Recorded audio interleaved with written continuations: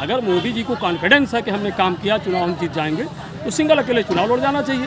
किसी पार्टी के गठबंधन की क्या जो है हमारा मर गया कि सो गया कि देश छोड़ के भाजपा की वॉशिंग मशीन में गोहाना मोहम्मदाबाद है कि नहीं? उसके पास कोई अपराध का सीमा नहीं। बैलेट पेपर से चुनाव कराते हैं, बैलेट पेपर से चुनाव करा लें।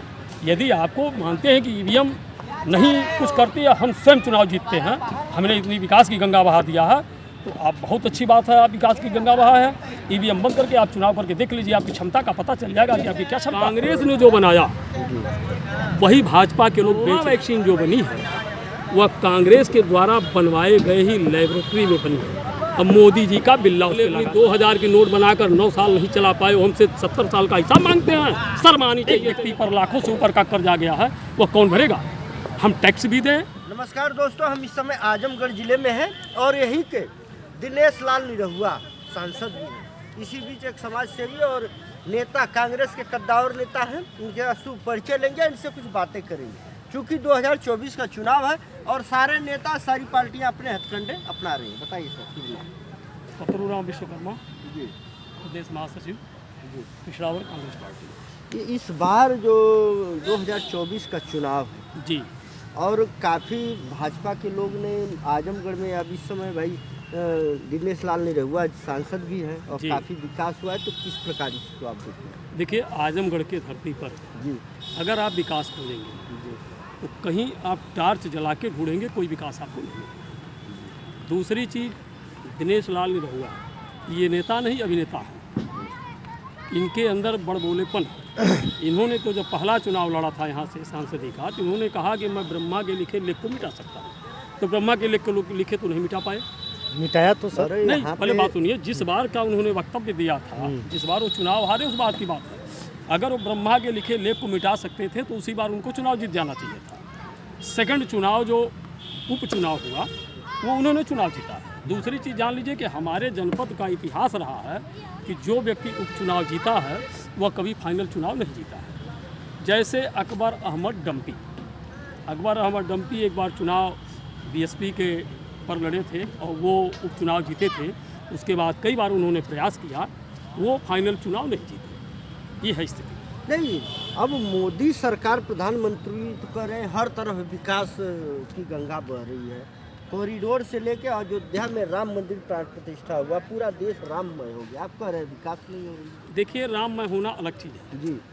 भावनाओं को, किसी के भावनाओं को धार्मिक और जाति रूप से जोड़ देना, उनके दिमाग में जहर बोना, जातीय जहर बोना, धार्मिक जहर बोना, ये अलग विषय है। देखिए, जहाँ तक विकास की बात है, मैं सीधे सीधे कहता हूँ, मोदी जी ने कहा था कि 15 लाख रुपया सबके खाता में आया, नहीं आया।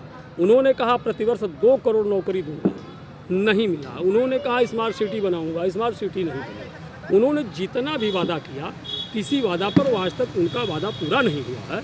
इसलिए विकास की कोई बात नहीं है। हवा में तीर चलाना, कोई भी कह दे कि मैं ये कर दिया, वो कर दिया, तो कहने से कुछ नहीं होता। धरातल पे देखना चाहिए।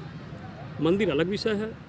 मंदिर अगर ठीक है, मंदिर बना है, तो जहाँ बाबरी मस्जिद थी जो तोड़ा गया, वहाँ से 3-4 किलोमीटर दूर मंदिर क्यों बनना चाहिए उसी जगह पे ना? नहीं, तो जहाँ साक्ष्य मिला है वहाँ तो बना है। इस साक्ष्य क्या मिला है? साक्ष्य खुदाई में जहाँ बाबरी मस्जिद तोड़ी गई थी जी, वहाँ ना खुदाई हुई थी, तो वहाँ मंदिर क्यों नहीं बना? ये तो कोर्ट का आदेश है, जहाँ कोर्ट ने नहीं, तो कोर्ट का आदेश है तो सुनिए, मंदिर जो बना है, मंदिर मोदी जी या अमित शाह अपने घर से रुपए लगा के नहीं बनाए। ये आम जनता के टैक्स के पैसे से ही मंदिर बना है। अगर वो निजी, जब कोर्ट की व्यवस्था है तो कोर्ट ने बनाया है, इनका क्या उसमें भूमिका? कोर्ट ने आदेश किया, कोर्ट के आदेश पर बना है, तो इनका उसमें कोई योगदान नहीं है। दूसरी चीज़, सनातन धर्म की अगर बात आती है तो सनातन में मोदी जी ने सनातन का घोर विरोध किया। पहली चीज़, पूर्ण मंदिर बनने के बाद ही उसमें प्रवेश होना चाहिए था, उसका प्राण प्रतिष्ठा होना चाहिए था।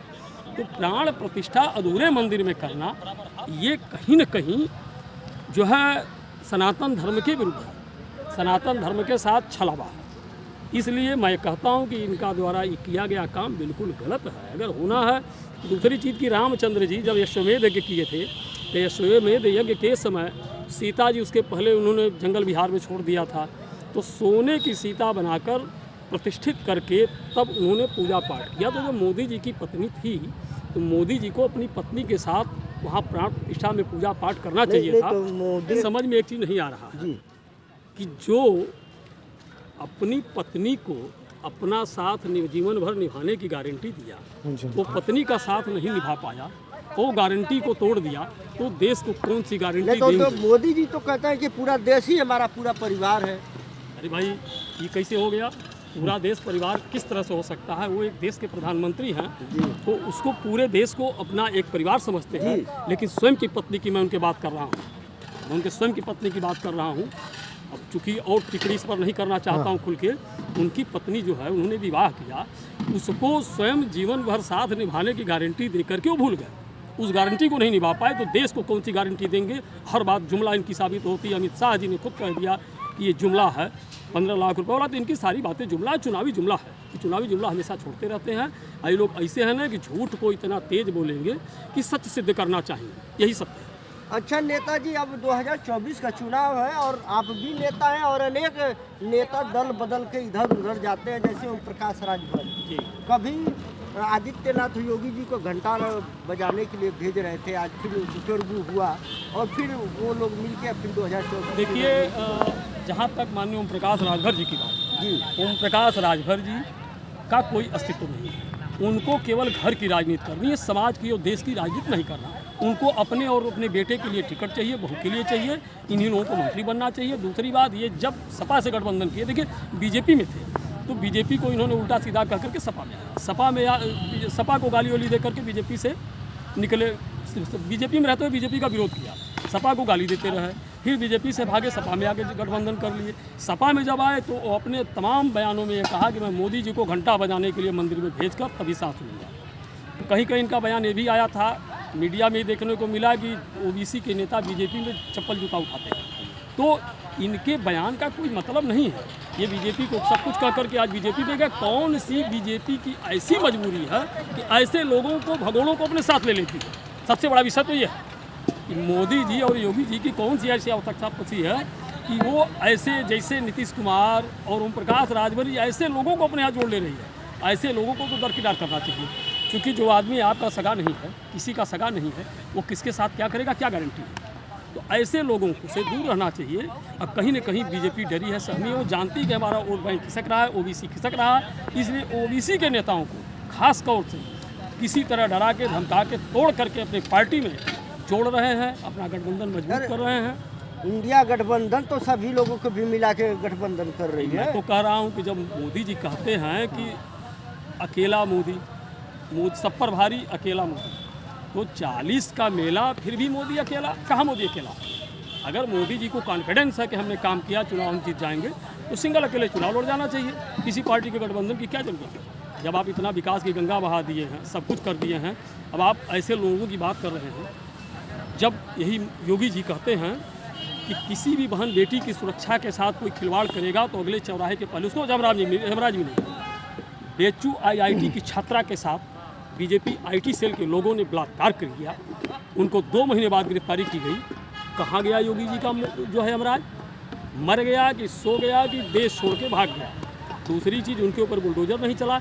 ये लोग ऐसे हैं कि अपने पार्टी में चाहे कितना ही बड़ा बदमाश नेताजी नमस्कार। मोदी वॉशिंग पाउडर में कहाँ हैं? और भाजपा की वॉशिंग मशीन में गोहाना मोहम्मदाबाद है कि नहीं? उसके पास कोई अपराध का सीमा नहीं रहेगा। तो मैं भी 5 बजे तक पहुंचूंगा, मुलाकात हो जाएगी। ढिढोरा पीटते हैं और एक इंटरव्यू चाहिए आपका। समय तक जो है कि कांग्रेस की आपकी सरकार उसी EVM से जीतती थी और आप इस समय EVM चिल्ला रहे हैं। आपने कहा जैसे EVM को लाया गया तो मोदी जी ने इसका विरोध किया कि EVM खराब है, EVM से चुनाव नहीं होना चाहिए, बैलेट पेपर से होना चाहिए। मोदी जी का किए थे कि आप लोग की नहीं, ये सुनिए, शुरुआती दौर की मैं बात बता रहा हूँ। अगर आप कहेंगे तो इसकी स्क्रिप्ट मैं आपके यहाँ भेज दूँगा जी।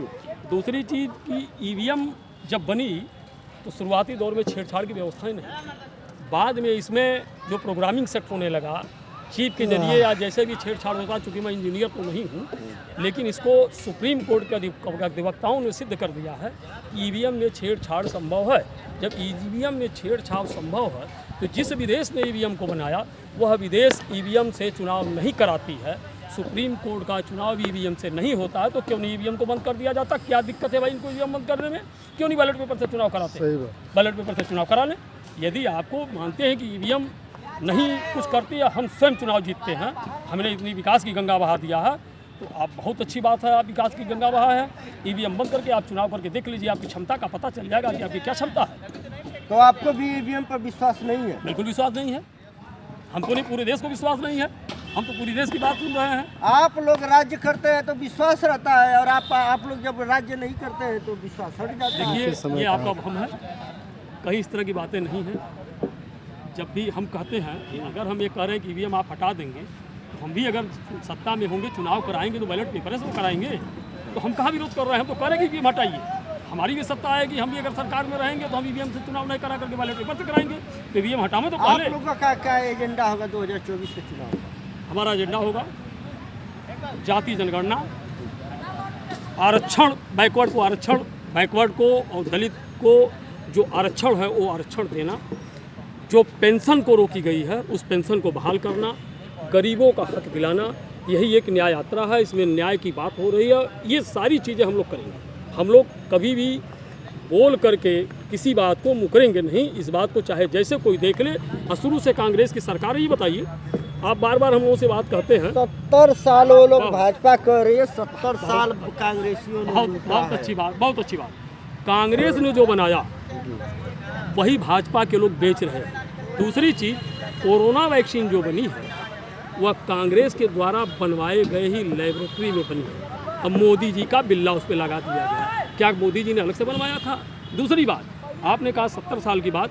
अरे जो लोग 9 साल पहले अपनी 2000 की नोट बनाकर 9 साल नहीं चला पाए, वो हमसे 70 साल का हिसाब मांगते हैं। शर्म आनी चाहिए ऐसे नेताओं को। दूसरी चीज़ सुनिए कि 70 साल में 2014 के पहले किसी देश पर मात्र 55 लाख करोड़ रुपया कर्ज था। 10 साल में 155 लाख करोड़ रुपया कर्ज बढ़ गया, कुल मिला के 205 लाख करोड़ हो गया। तो ये कौन सा विकास है? आप बताइए, कौन सा विकास? इतना रुपया कर्ज जो आज देश के प्रत्येक व्यक्ति पर लाखों से ऊपर का कर्ज आ गया है, वह कौन भरेगा? हम टैक्स भी दें, हम आपको जहाँ भी कोई सामान खरीदते हैं जीएसटी भरते हैं, उसके बाद भी इतना रुपया अगर प्रति व्यक्ति पर कर्ज आ रहा तो कर्ज का जिम्मेदार कौन होता है? सही बात। ये है इनका स्कोप। और ये झूठ बोलना, बरगलाना लोगों का, यही इनका काम है। ये इनकी इस तरह की व्यवस्था है। दोस्तों, हम इस समय आजमगढ़ में थे और कहीं न कहीं इन्होंने एक बहुत ही सुलझी हुई बात की कि इतना विकास के बावजूद भी हमारे देश की जनता के ऊपर 31,000 से ऊपर का कर्ज है प्रति आदमी 1 लाख रुपया से ज़्यादा का कर्ज आएगा। तो कहीं न कहीं ये दुख का एक मसला कह सकते हैं। हम इस समय चुनावी चर्चा के तहत आजमगढ़ में हैं और इनसे चलते चलते मिले हैं और इनकी बातों पर प्रतिक्रिया आपकी सादर आमंत्रित है। जरूर लिखिएगा। बहुत बहुत धन्यवाद।